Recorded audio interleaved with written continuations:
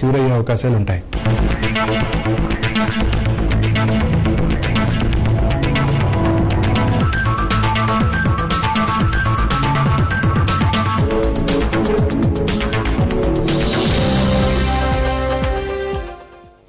నమస్తే. దేశంలో నెలకొన్న విభిన్న పరిస్థితులపైన వివిధ కోణాల్లో సమగ్రమైన అవగాహన జరిపే ప్రత్యేక కార్యక్రమం నవభారతానికి స్వాగతం. ప్రస్తుతం రాష్ట్రంలో ఉన్నటువంటి తాజా రాజకీయ పరిణామాలు, అలాగే రాష్ట్రంలో చోటు చేసుకుంటున్న వివిధ పరిణామాలపైన మనతో మాట్లాడటానికి మనసులోకి వచ్చారు బీజేపీ యువ నాయకులు శ్రీధర్ రెడ్డి గారు మనతో ఉన్నారు. శ్రీధర్ రెడ్డి గారు నమస్కారం అండి. శ్రీధర్ రెడ్డి గారితో మాట్లాడదలుచుకున్న వాళ్ళు కింద స్క్రోలింగ్ లో వచ్చే ఫోన్ నెంబర్లకు ఫోన్ చేసి మీరు శ్రీధర్ రెడ్డి గారితో మాట్లాడవచ్చు. శ్రీధర్ రెడ్డి గారు, మన రాష్ట్రంలో చూసుకుంటే కనుక కేంద్ర ప్రభుత్వం ప్రవేశపెట్టినటువంటి రకరకాల పథకాలు ఏదైతే ఉందో దానికి ఆధార్ కార్డుని అనుసంధానం చేయడం జరిగింది. సో మన రాష్ట్రంలో చూసుకుంటే కనుక ఈ రోజు చూసుకుంటే జరిగినటువంటి సంఘటనలు ఆధార్ కార్డు కోసం జనం విపరీతంగా ఎగబడుతున్నారు, కానీ అక్కడ ఉన్నటువంటి అధికారులు సరిగ్గా స్పందించడం లేదు. వాళ్ళు తాళాలు వేసుకుని కూడా వెళ్లిపోతున్నారు. జనాలను చాలా తీవ్ర ఇబ్బందులకు గురి చేస్తున్నారండి. ఎందుకు ప్రభుత్వ అధికారులు ఇలా చేయడానికి కారణం ఏంటంటారు?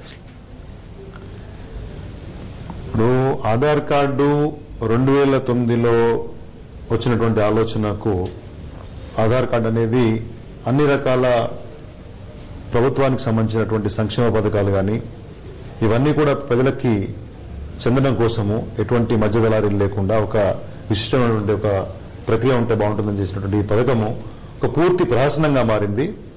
ఎందుకంటే ఆలోచన చేశారు కానీ దానికి అనుగుణంగా ప్రభుత్వం దగ్గర ఇన్ఫ్రాస్ట్రక్చర్ లేకపోవటము, అధికారులకు పూర్తిగా అవగాహన లేకపోవడము, అంచనా లోపాలు, తర్వాత వాటిని నిర్వహణలో లోపాలు, ఇవన్నీ కూడా ఒక పెద్ద ప్రశ్నానికి దారితీశాయి. దానివల్ల ఇవాళ ఆ వ్యవస్థ పూర్తిగా ఇప్పటివరకు వైఫల్యం చెందింది.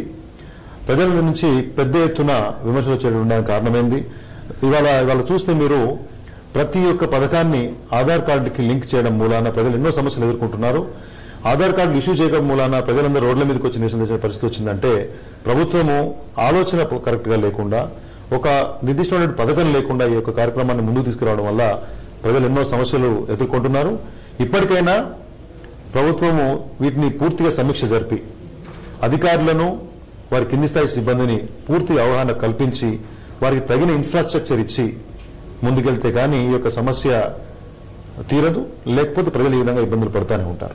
ఎందుకంటే ప్రభుత్వం షార్ట్ టర్మ్ లోనే, అంటే ఎక్కువ డేట్స్ కూడా ఇవ్వకుండా తొందరగా 15 రోజుల్లోనూ, ఒక నెల రోజుల్లో టైం ఇచ్చేసేసి ఆధార్ కార్డులు అందరూ తీసుకోవాలని చెప్పడం ఎంతవరకు గవర్నమెంట్ ఆలోచన అంటారు? ఎందుకు ఇలాంటి ఆలోచనలు చేస్తున్నారు? అంటే ఒక 1 year 6 months ఉంటాం, లేకపోతే ఇంకా ఎక్కువగా ఓపెన్ చేసి ఎక్కువగా ప్రజలకు అందుబాటులో ఉండే విధంగా చూడకుండా ఎక్కడన్నా ఒకటి ఓపెన్ చేసి ఇలా ప్రజల్ని ఇబ్బందులు పాలు చేయడం ఎందుకంటారు? అంటే ప్రభుత్వానికి ఒక ఐడియా లేదంటారు వీటిపైన అసలు?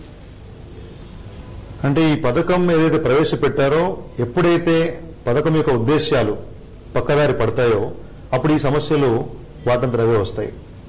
ప్రభుత్వం ప్రవేశపెట్టడం ముందే పూర్తి స్థాయిలో నిర్వహణ కోసం సన్నద్ధంగా ఉంటే బాగుండేది. మీరు చూసుకుంటే ఈ యొక్క వ్యవస్థ మొత్తం లోపాలనేది కేంద్ర స్థాయి నుంచే ఉన్నాయి. కేంద్ర స్థాయిలో కనీసము ఆ కేంద్ర బృందంలో నందన్ నీలేకని గారు చైర్మన్ గా ఉన్నటువంటి బృందంలో ఒక 348 మంది సమర్థమైనటువంటి అధికారులు ఉండాల్సినటువంటి పరిస్థితులలో అక్కడనే కనీసం సగం శాతం 50% అధికారులు లేనటువంటి పరిస్థితి. అట్లాంటప్పుడు అంటే దీనికి ఒక సెపరేట్ రిక్రూట్మెంట్ అనేది ఏమీ లేదు. వివిధ ప్రభుత్వ శాఖల నుంచి, వివిధ ఏజెన్సీస్ నుంచి వాళ్ళు ఎంప్లాయీస్ ని డెప్యుటేషన్ మీద తీసుకొని ఆ కార్యక్రమం చేపట్టారు. వారికి పూర్తిగా అవగాహన లేదు.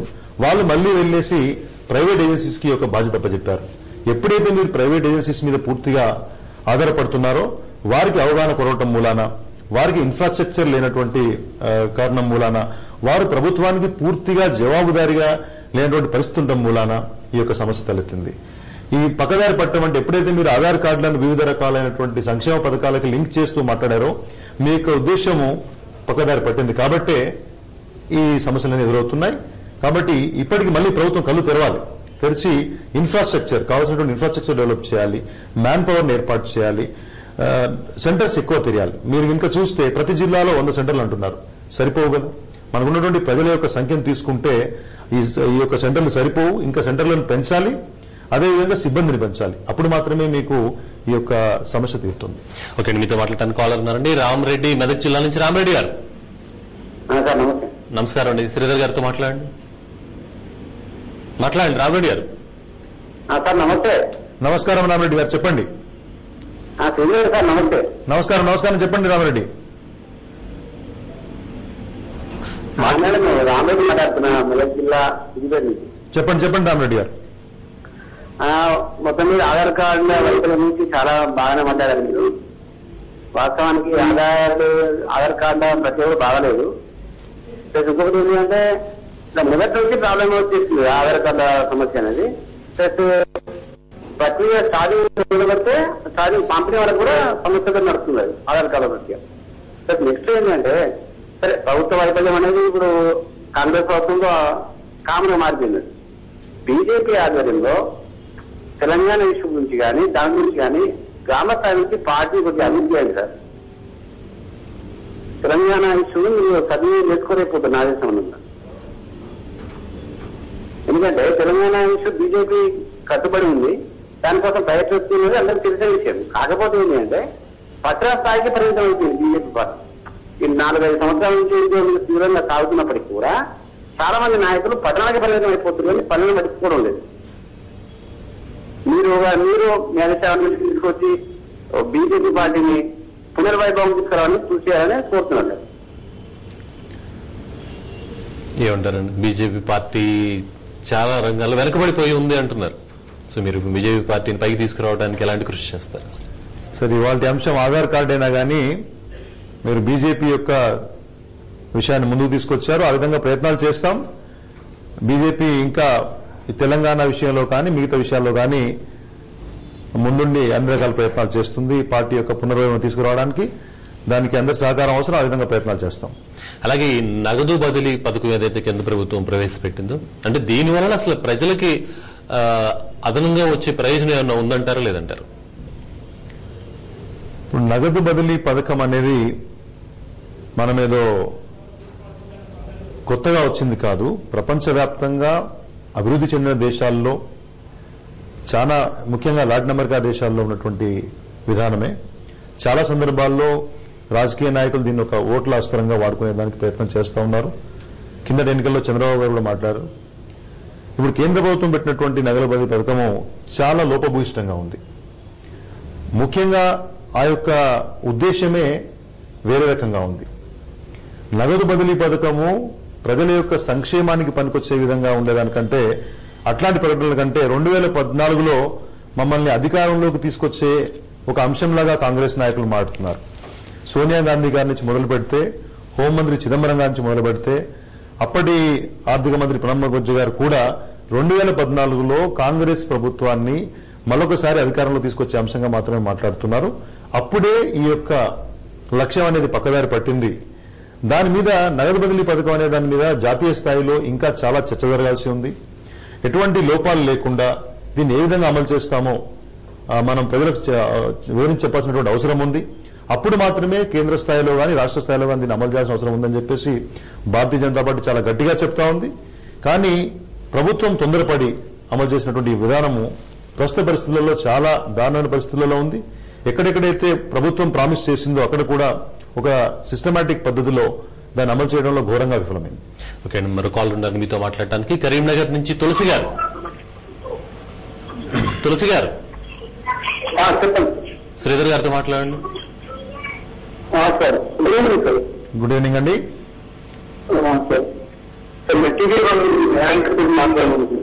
మాట్లాడండి.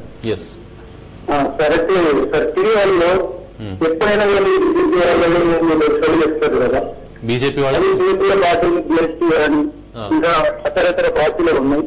ఎవ్రీ బీజేపీ పోటీ చేయాలని చూస్తున్నారు. ఇది ఇంతవరకు కరెక్ట్ ఏదంటే ఒక పార్టీకి సంబంధించి ఇది. ఓకే అండి, ఓకే మీరు చెప్తున్నట్టు ఎస్ ఓకే ఓకే మీరు చెప్తున్నట్టు మీ పార్టీని కూడా, మీరు చెప్పిన పార్టీలను కూడా ప్రోగ్రామ్స్ కండక్ట్ చేయడం జరుగుతుంది. ఇది ఒక పార్టీ కాదు, మీరు చూస్తున్నారు బీజేపీ, టీడీపీ, కాంగ్రెస్ అన్ని పార్టీలు వస్తారండి. ఓకే ఎస్, మీరేం అడగదలుచుకున్నారు ఇంటికి శ్రీధర్ గారు? చెప్పండి శ్రీధర్ గారిని ఏమైనా అడగదలుచుకున్నారా? అడగండి. ఒక మతానికి శ్రీధర్ రెడ్డి గారు చెప్పండి. చెప్పండి, అడగండి, ఏం అడగదలుచుకున్నారు? ఓకే, లైన్ డిస్కనెక్ట్ అయినట్టుందండి. ఓకే, అంటే ఈ నగదు బదిలీ పథకం వలన అసలు ప్రజలకు ఉపయోగపడుతుందంటారు, పేద ప్రజలకు ఉపయోగపడుతుందంటారు. ఎందుకంటే మన దేశంలో ఎన్నో కార్యక్రమాలు, ఎన్నో పథకాలు, సంక్షేమ పథకాలు గతంలో ఒక 30 సంవత్సరాల నుంచి 40 సంవత్సరాల నుంచి ప్రవేశపెడుతూనే ఉన్నారు. కానీ మనకు తెలుసు మన దేశంలో పరిస్థితి ఎలా ఉంది, ప్రజలు ఎలా ఉన్నారు. ఇప్పుడు దీని వలన అదనంగా ప్రయోజనం చేకూరేది ఏమన్నా ఉందంటారా, లేదంటారా? నగదు బదిలీ పథకం ద్వారా కొత్తగా ప్రజలకు ఏం అనుభూతుందో కాంగ్రెస్ నాయకులు చెప్పాలి. ఎందుకంటే మీ పార్టీకి తెలియదంటారా? మా పార్టీకి తెలుసు. ఇప్పుడు సంక్షేమ పథకాలు ఎన్డీఏ ప్రభుత్వంలో ఏ విధంగా అమలయ్యాయో, ఆ తర్వాత గడిచిన 9 సంవత్సరాలుగా యూపీఏ చేసినటువంటి కుంభకోణాలు ఏ విధంగా ఉన్నాయి, సంక్షేమ పథకాలకు ఏ విధంగా తూట్లు పడ్డాయో ప్రజలు గమనిస్తూనే ఉన్నారు. అయితే ఈ నగదు బదిలీ పథకం అనేది ప్రహసనంగా ఎందుకుందని నేను అంటున్నానంటే, ఇది ఒక క్రమ పద్ధతిలో లేదు. అంటే మీరు ఇంతకుముందు ప్రవేశపెట్టినటువంటి అన్ని సంక్షేమ పథకాలు నిర్వీర్యమైపోయని చెప్పేసి ఒప్పుకుంటున్నారా?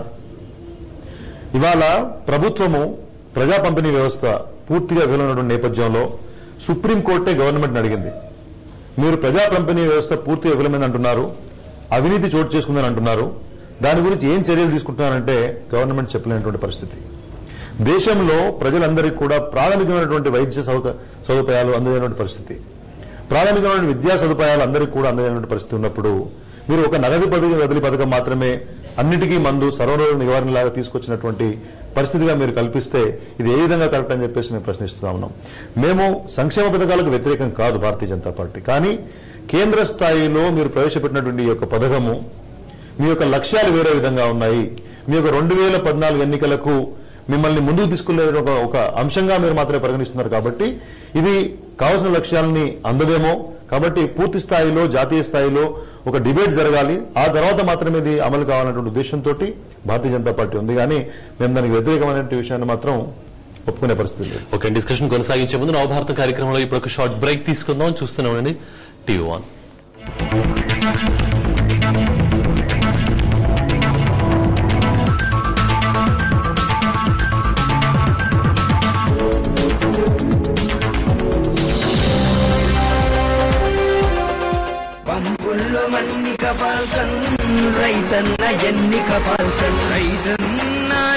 ఫాల్కన్ ఇది పంపు కాదు, పాతాళ గంగ. కలల బాటలో చేయూతనిచ్చి అలు పెరుగక నువ్వు నడిపించావు. హ్యాపీ బర్త్డే నాన్న. చిన్నప్పటి నుంచి నువ్వే నాకు అమ్మ, నాన్న అన్నీను. నీ దుఃఖాలన్నిటికీ తాళం పెట్టు, నాతో వచ్చి. ఒక కొత్త యుగం, ఒక కొత్త డ్రీమ్ యుగ కలల్ని సాకారం చేస్తాం. Cancer day special. క్యాన్సర్ రాకుండా నివారించడానికి కూడా అనేక మార్గాలు ఉన్నాయి. అందులో ముఖ్యమైనవి హెపటైటిస్ బి వ్యాక్సిన్ తీసుకోవటము, అలాగే గర్భసంచి ముఖ ద్వారా సర్వైకల్ క్యాన్సర్ టీకాలు వేయించుకోవటము. ఇవే కాకుండా దురలవాట్లు, ముఖ్యంగా టొబాకో స్మోకింగ్ కి అలాగే ఆల్కహాల్ కి దూరంగా ఉండటం.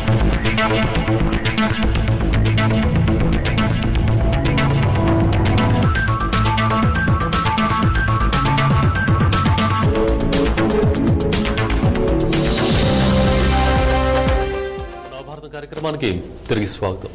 శ్రీధర్ గారు, అంటే ఈ నగదు బదిలీ పథకం వలన ప్రజలకి అదనంగా అనుగురేది ఏమైనా ఉందంటారా, లేకపోతే ప్రజలు నష్టపోయేది ఏమైనా ఇందులో కూడా ఉందంటారు? ఇందులో ఏమైనా ఉన్నాయంటారు? అంటే ఇది కూడా మళ్ళీ ఇంకొక స్కామ్ కి దారితీసే అవకాశం ఉందంటారా? ఈ నగదు బదిలీ పథకంలో మీరు ఎన్నైతే ప్రయోజనాలు ఉన్నాయని చెప్తున్నారో, ప్రస్తుతానికి నిర్వహణ సరిగా లేనందున, దానికి తగినటువంటి నిర్మాణ సామర్థ్యం లేనందున కష్టాలు ఎదురేటువంటి పరిస్థితి ఉంది. అంటే ఎలా ఉండాలంటారు అసలు? ఫస్ట్ దీన్ని అమలు చేయాలంటే కనుక ఎలాంటి స్టెప్స్ తీసుకుని ప్రభుత్వం తర్వాత దీన్ని అమలు చేయాలి? మీరు నగదు బదిలీ పథకం అనగానే మీరేం చెప్తున్నారంటే, దేశంలో దారిద్ర్య రేఖకు దిగి ఉన్నటువంటి 40 కోట్ల మంది ప్రజలకు వారికి సంక్షేమ పథకాల ద్వారా చేర్చేటటువంటి లబ్ధి ఏదైతే ఉందో ప్రత్యక్షంగా వారికి అందాలి, మధ్య దళారులు ఉండకూడదని చెప్పేసి చెప్తూ ఈ యొక్క ప్రకటన చేస్తున్నారు. దానికి బ్యాంక్ అకౌంట్ల ద్వారా కానీ, పోస్టల్ అకౌంట్స్ ద్వారా కానీ మేము ఈ డబ్బులు డైరెక్ట్ గా వాళ్ళ అకౌంట్స్ లోకి పంపిస్తామని చెప్తా ఉన్నారు. దానికి ఆధార్ కార్డులను లింక్ చేస్తా ఉన్నారు. కానీ ఇవాళ దేశం మొత్తం మీద ఆధార్ కార్డులకు 60 లక్షల మందికి ఇద్దామనేటువంటి ఒక ప్రతిపాదన వచ్చినప్పుడు, 60 కోట్ల మందికి ఇద్దామనే ప్రతిపాదన వచ్చినప్పుడు ఇప్పటి వరకు 21 కోట్ల మంది మాత్రమే నమోదు చేసుకున్నారు. 5 కోట్ల మందికి మాత్రమే ఆధార్ కార్డు ఇవ్వడం జరిగింది. మన రాష్ట్రంలో ఇంకా దారుణమైనటువంటి పరిస్థితి ఉంది. ఈ పరిస్థితులలో మీరు ఏ విధంగా ఆధార్ కార్డుని బ్యాంక్ అకౌంట్కి లింక్ చేసినప్పుడు ఏ విధంగా మీరు నగదు బదిలీ చేస్తారు? రెండవది, దేశంలో ఉన్నటువంటి ప్రధానమైనటువంటి ఈ యొక్క ఎవరైతే అందుకునేటువంటి సంక్షేమ లబ్ధిదారులు ఎవరైతే ఉన్నారో వాళ్ళు గ్రామాలలో ఉన్నారు ఎక్కువగా. అంటే దేశంలో ఉన్నటువంటి 6 లక్షల గ్రామాలలో 30,000 గ్రామాలలో మాత్రమే బ్యాంకులు ఉన్నాయి. మరి మీరు బ్యాంక్ అకౌంట్ ఎట్లా ఓపెన్ చేస్తారు? ఇవాళ 40% మంది ప్రజలకు బ్యాంక్ అకౌంట్ లేవు మన దేశంలో. ఏ విధంగా మీరు నగదు బదిలీ అమలు చేస్తారు? అదేవిధంగా ఈ బ్యాంక్ అకౌంట్స్ ఉండే వాళ్ళకి గ్రామాలలో బ్యాంక్ అకౌంట్ లేని కారణంగా వాళ్ళు ఆ యొక్క ట్రాన్సాక్షన్స్ రెగ్యులర్ గా చేయలేని కారణంగా వాళ్ళు దాని గురించి ప్రయోజనం అనుకునేటువంటి పరిస్థితి లేదు. కాబట్టి క్షేత్రస్థాయిలో మీరు చాలా సమస్యలు ఉండి కూడా త్వరితగతిన ఎందుకు తీసుకొచ్చారు 15 రోజుల్లో అంటే మీ యొక్క లక్ష్యం సుస్పష్టం. మీరు ప్రజలకు ఏదో ఒకటి చెప్పాలి. ఇప్పుడు దేశంలో ఉన్నటువంటి సమస్యలన్నింటి మీద పక్కదారి పట్టించాలి. 2014 ఎన్నికల లక్ష్యంగా మీరు పనిచేస్తున్నారు కాబట్టి ఈ యొక్క మాయమాటలు చెప్పి ప్రజలను మోసగించాలనుకుంటే చాలా కష్టం అవుతుంది. కాబట్టి క్షేత్రస్థాయిలో ఉన్నటువంటి అన్ని సమస్యలు పరిష్కరించండి. ఎందుకంటే మీరు బ్యాంకులలో అకౌంట్లు ఓపెన్ చేస్తా అంటున్నారు. మనకున్నటువంటి మీ అందరికీ తెలుసు, ఇవాళ ఏటీఎంస్ ఓపెన్ చేయాలంటే ఆ ఏటీఎంస్ ని కూడా మనం బయోమెట్రిక్ ఏటీఎంస్ ఓపెన్ చేస్తా అంటున్నారు. వాటికి ఇంటర్నెట్ సౌకర్యం కావాలి. దేశంలో ఎన్ని గ్రామాలకు ఇంటర్నెట్ సౌకర్యం ఉందండి? అదేవిధంగా ఈ ఇంటర్నెట్ సౌకర్యం ఉన్నటువంటి గ్రామాలకు కూడా బ్యాంకులు తీసుకురావాలంటే ఆ బ్యాండ్ విడ్త్ సరిపోదు. టెక్నాలజికల్ భాషలో చెప్పాలంటే ఇప్పుడున్నటువంటి సామర్థ్యం ఏదైతే నెట్వర్క్ సామర్థ్యం ఉందో వారికి ఇంటర్నెట్ ద్వారా బ్యాంక్స్ అకౌంట్స్ ఇచ్చేటువంటి సామర్థ్యం లేదు. కాబట్టి క్షేత్రస్థాయిలో ప్రాక్టికల్ గా చూస్తే ఇది చాలా కష్టం. కాబట్టి ఈ అన్ని కార్యక్రమాలు మీరు చేసిన తర్వాత ఈ యొక్క బదిలీ పథకాన్ని ముందుకు తీసుకొస్తే మేము కొంత సంతోషించాం. ఓకే, మరి కాల్ ఉన్నారండి. నరసింహారెడ్డి గారు నమస్కారం. చెప్పండి. ఇప్పుడు నేను ప్రైమరీ ఎడ్యుకేషన్ విషయంలో ఒక ప్రశ్న అడగాలనుకుంటున్నానండి. ఇప్పుడు చంద్రబాబు నాయుడు గారు, కేసీఆర్ గారు అధికారంలోకి వస్తే 1వ తరగతి నుంచి ఇంగ్లీష్ మీడియం పెడతా అంటున్నారు. ఈ విషయంలో మీ పాలసీ ఏంటి? ప్లస్ గతంలో వైఎస్ రాజశేఖర రెడ్డి గారు 1వ తరగతి నుంచి ఇంగ్లీష్ మీడియం పెట్టే ప్రయత్నం చేశారు. అయితే అప్పుడు కొంతమంది విద్యావేత్తలు అడ్డుకోవడం జరిగింది. ఆ సమయంలో మీరు సమర్థించారా, వ్యతిరేకించారా? ఆ సమయంలో మీరు ఎలాంటి నిర్ణయంతో ఉన్నారు? అప్పుడు ఎందుకు ఇంప్లిమెంట్ కాలేదు? ఈ విషయంలో మీ ప్రైమరీ ఎడ్యుకేషన్ లో ఇంగ్లీష్ మీడియం ఉండాలా లేదా అనేది, అంటే ఇంగ్లీష్ అందరికి అవసరమే కానీ దాని మీద విస్తృతి జరగాలి. సరైన సమయంలో సరైన నిర్ణయం తీసుకొని చెప్తాం దాని గురించి. అంటే ఈ నగదు బదిలీ పథకం సక్రమంగా అమలు జరగాలి అంటే మీరు చెప్తున్నారు ఒక బ్యాంక్ అకౌంట్స్ ఉండాలి ఇవన్నీ అంటారు. కానీ ఇక్కడ ఒకవేళ బ్యాంక్ అకౌంట్స్ ఉన్నా కూడా మనకి దేశంలో చాలా మంది నిరక్షరాస్యులు అండి. వాళ్ళకి బ్యాంక్ అకౌంట్ ఎలా ఆపరేట్ చేయాలో కూడా తెలియదు. వాళ్ళ బ్యాంక్ లో డబ్బులు పడ్డా ఎలా విత్డ్రా చేసుకోవాలో కూడా తెలియని పరిస్థితి ఉంది. సో మరి అప్పుడు ఎలా సాధ్యం అంటారు? ఒకవేళ బ్యాంక్ అకౌంట్స్ ఉన్నా కూడా ఉపయోగం ఏంటంటారు? మేము అదే చెప్తున్నాం కదా, మీరు బ్యాంక్ అకౌంట్స్ ఉన్నా కానీ వాళ్ళని ఆపరేట్ చేసేటటువంటి పరిస్థితుల్లో చాలా మంది ఈ యొక్క లబ్ధిదారులు ఎవరైతే ఉన్నారో వాళ్ళు లేరు. కాబట్టి వీటన్నిటికీ మీరు సమాధానం వెతకాలి. ముందు బ్యాంక్ అకౌంట్లో వచ్చేటువంటి పరిస్థితి అందరికీ లేదు. ఆధార్ కార్డులను అనుసంధానం చేసేటువంటి పరిస్థితి లేదు. బ్యాంక్ అకౌంట్లు వచ్చినా ఆ బ్యాంక్స్ ఎంత మేరకు గ్రామీణ ప్రాంతాల్లోకి వచ్చి వాళ్ళు బ్యాంక్ బ్రాంచెస్ పెడతారు అనేటువంటిది ఒక పెద్ద క్వశ్చన్. ఎందుకంటే ప్రభుత్వం ఎన్నో సంక్షేమ పథకాలకు రాయితీతోటి వడ్డీ ఇస్తున్నటువంటి పథకాలకి వీటన్నిటి కూడా బ్యాంకులు ముందుకు రాని పరిస్థితులలో ముఖ్యమంత్రి స్వయంగా కూర్చొని సమీక్ష చేసిన బ్యాంకులు అనేటువంటి పరిస్థితులలో వీటిని డైరెక్ట్ గా బ్యాంకులు వచ్చేసి రూరల్ మన గ్రామీణ ప్రాంతాలలో బ్యాంకులు పెడతారంటే నమ్మడానికి ఎవరు సిద్ధంగా? మీ పార్టీ